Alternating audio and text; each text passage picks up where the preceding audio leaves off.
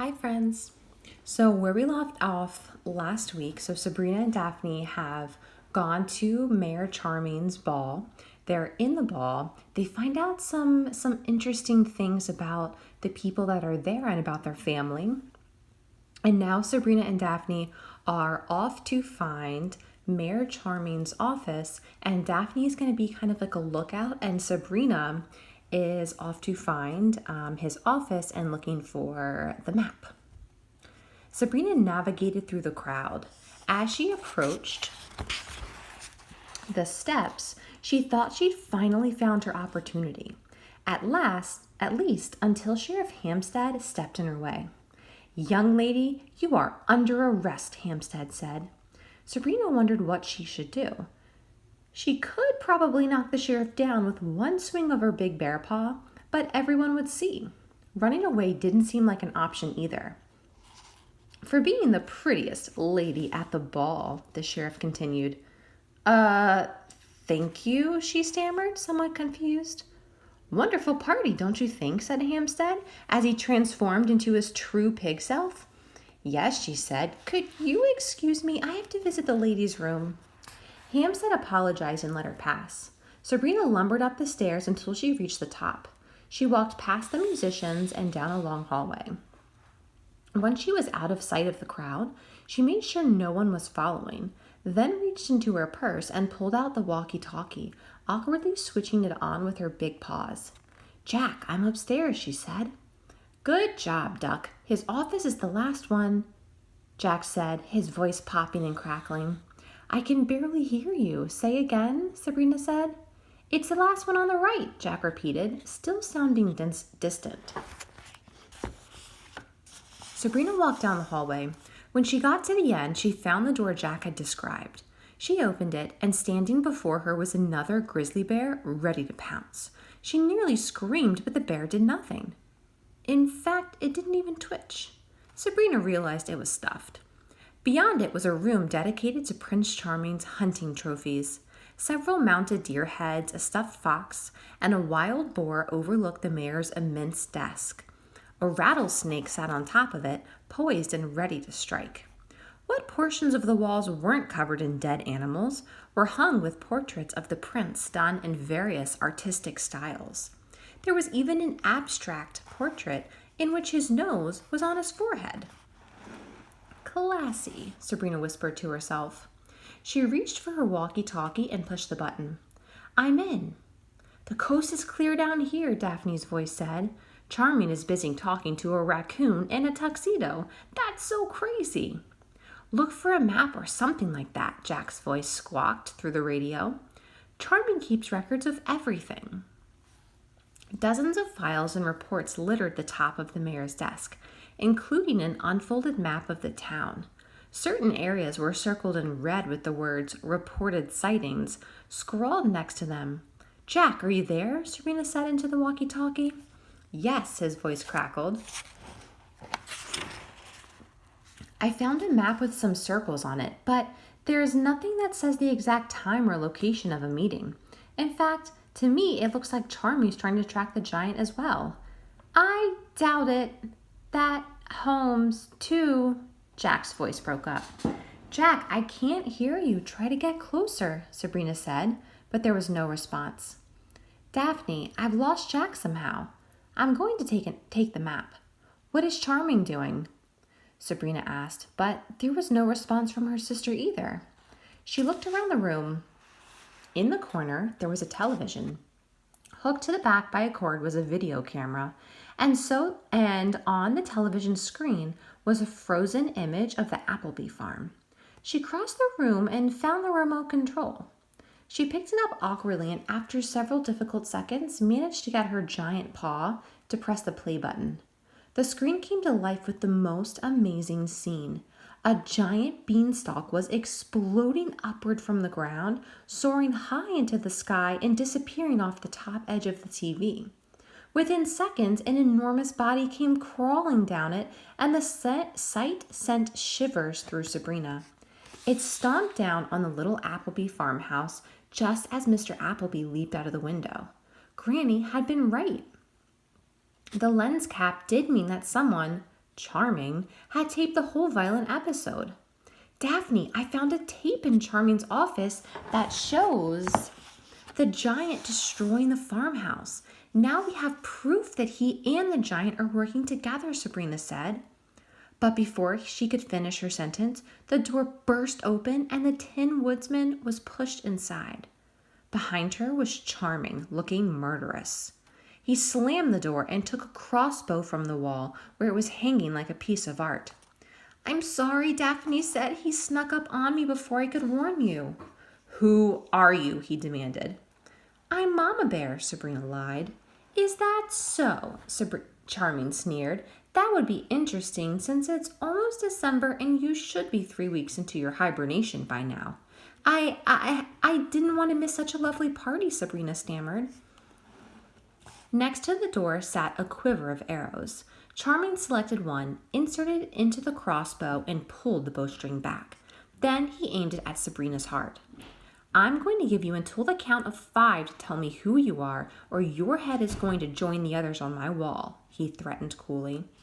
I'm not playing any more games with you people. I've told you already I'm not interested in joining the Scarlet Hand. Your revolution is not for me. 1. Sabrina looked over at the clock. There were only seconds left before the magic would wear off, but more than the 5 Charming had promised them. We're Relda Grimm's granddaughter, she blurted out desperately. 2.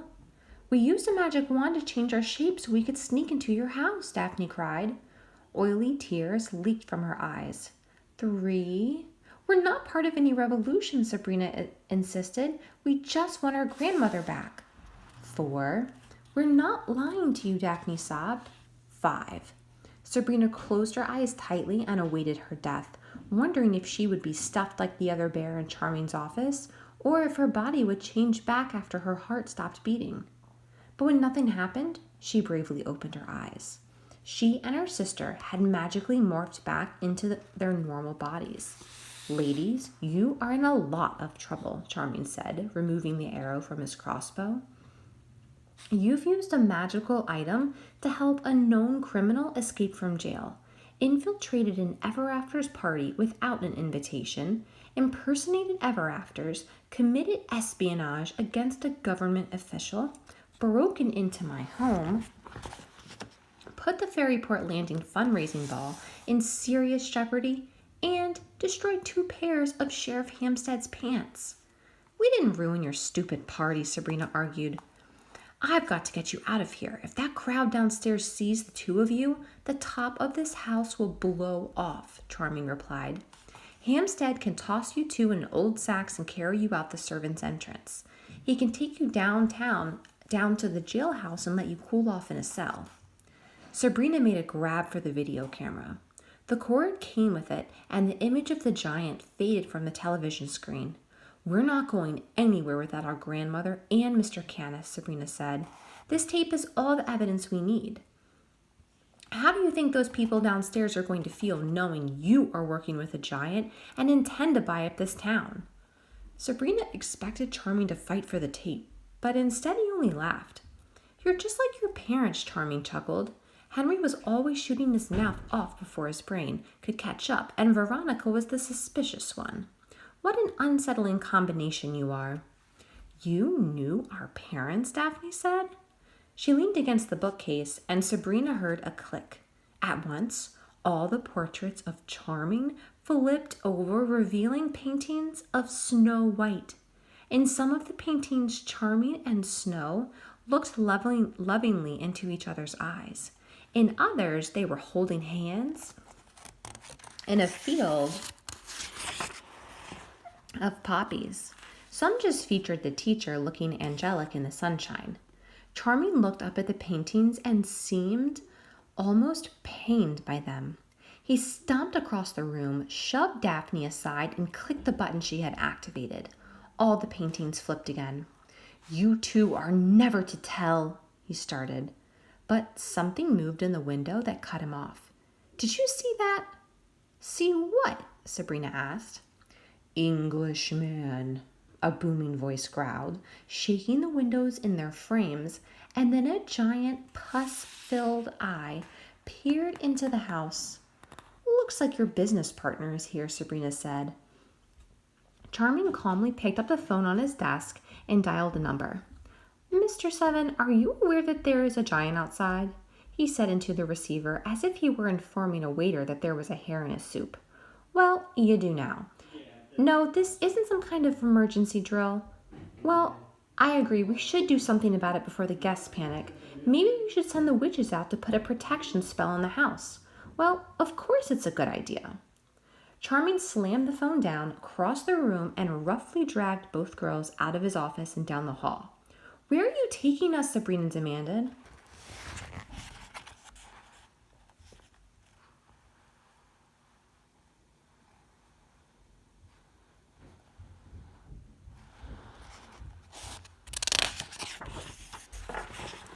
"Outside," the prince said. "You wanted to find your grandmother? Well, her ride just showed up." An acidic fear rose up in Sabrina's throat as they stumbled along in the prince's grasp. "You can't take us out here with that thing," Sabrina cried, pulling at Charming's iron grip. "Help!" Daphne shouted as they turned a corner and headed down a long hall toward the back of the house.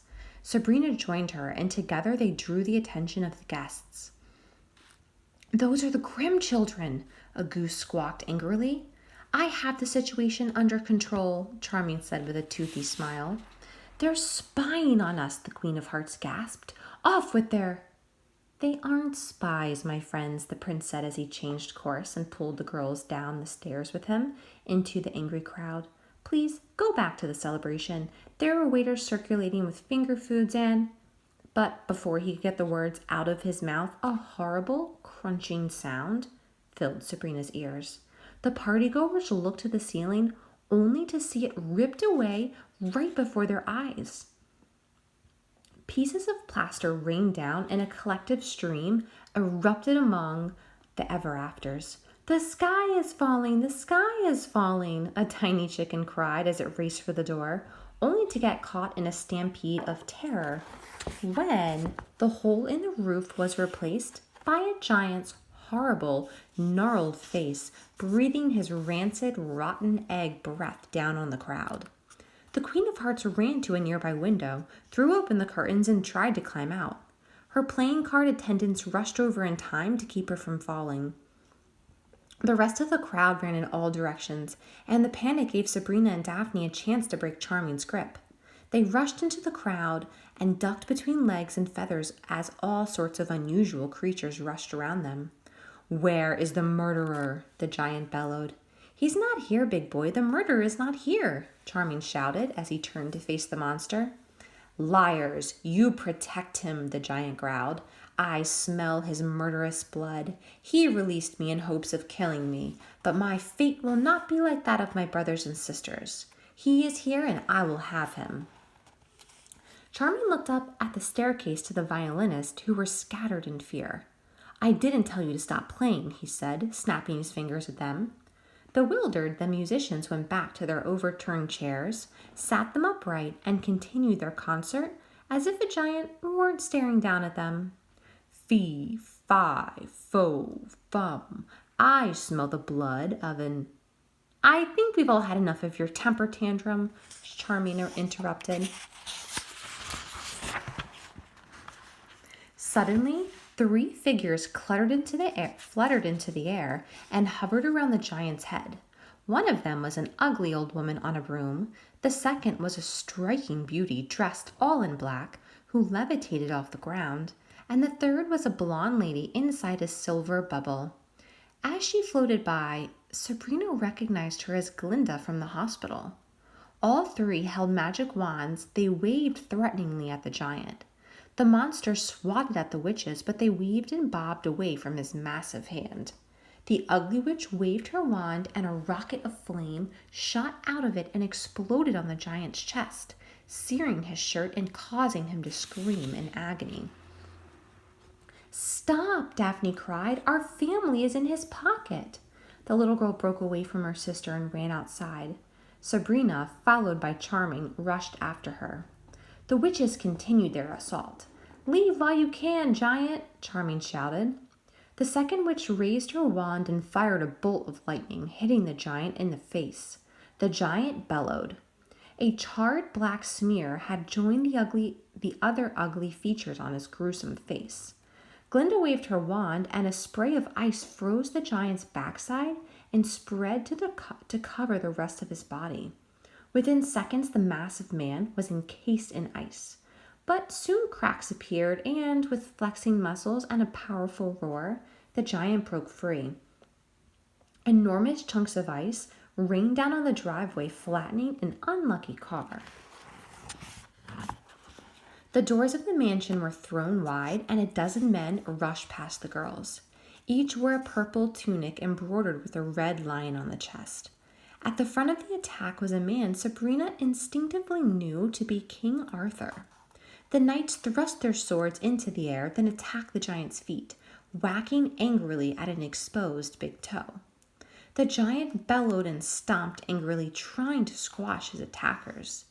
Each of the men was lightning quick and dodged the giant's heels, managing to strike at his exposed ankle in the process. Shrieking in pain, the giant quickly turned and fled. Charming bowed in respect as the king and his knights turned to face him. "I am indebted to the knights of the Round Table. Thank you, your highness," Charming said. "Your thanks will not be enough, Charming," King Arthur barked. "The beast destroyed my car. Trust that you will find a repair estimate in the mail this week. Charming scowled, but as the party guests filed out of the half-destroyed mansion, he forced a smile. Mr. Seven rushed to the prince's side, carrying a large black pot he held out to the approaching crowd. "Friends," said Charming, back in his gracious host mode, "who says nothing exciting ever happens in Fairyport Landing?" He chuckled, but this time his wit and charm fell on angry ears. "Is this what we're paying you for?" the white rabbit said as he hopped past. "People, there's no need to leave," Charming said. "We'll have the mansion back to its old self in just a matter of moments. There's plenty of food and drink, and we've even arranged a door prize. As the elected leader of this community, I would have thought you take the safety of your constituents much more seriously," a Bengal tiger said as he stalked past. "I assure you, Shere Khan." But the tiger didn't stop to hear Charming's assurances. "Well, if you must all go, please don't forget to donate to the Fairyport Community Fund," the prince continued, kicking Mr. Seven, who immediately held the pot higher so that everyone could see.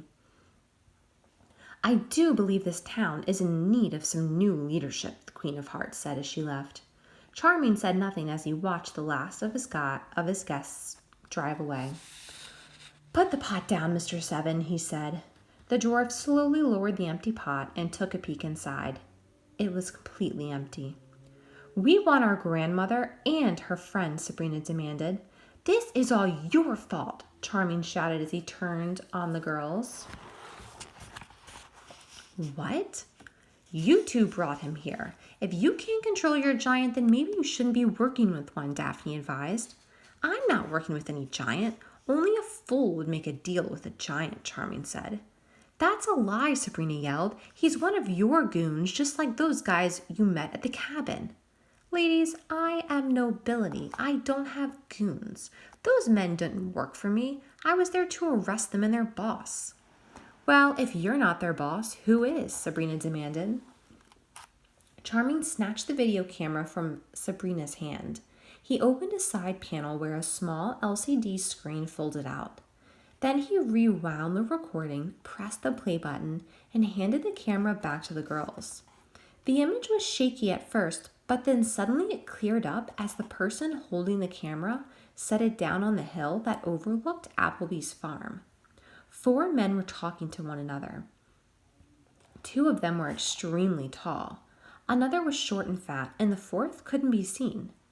It was obvious who the 3 visible ones were: Bobby, Tony, and Steve, the goons who had attacked the family at the hospital.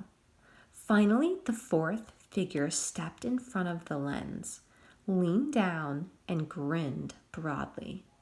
It was Jack. "This tape is evidence we found on Jack when he was arrested." He wanted a record of himself killing a giant, Charming said. I presume he intended to upload it to the internet so everyone could see. Jack laughed wildly at the camera, held up a small white bean, and then rushed down the hill.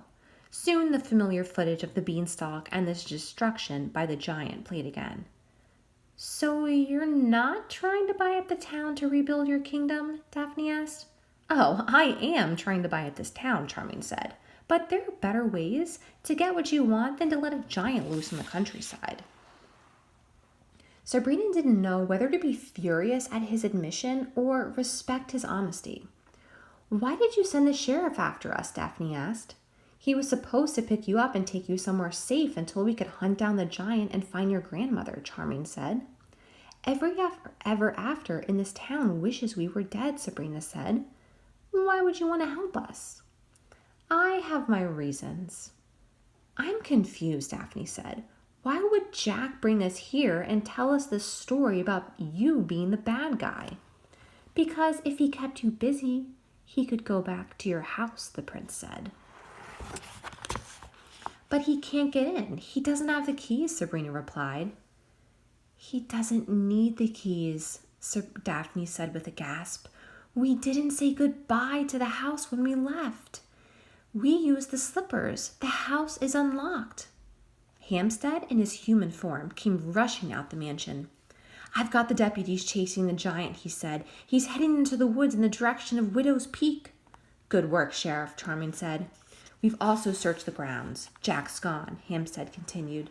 But he left this to lure the giant. He held out a bloody handkerchief.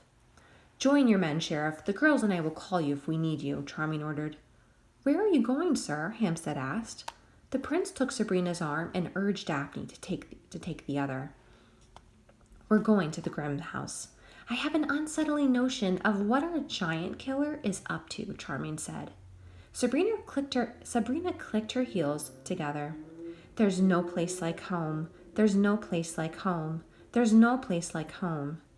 Instantly, the girls and Charming were standing outside of Granny's house. The front door was wide open, and through the doorway they could see that Jack had ransacked it.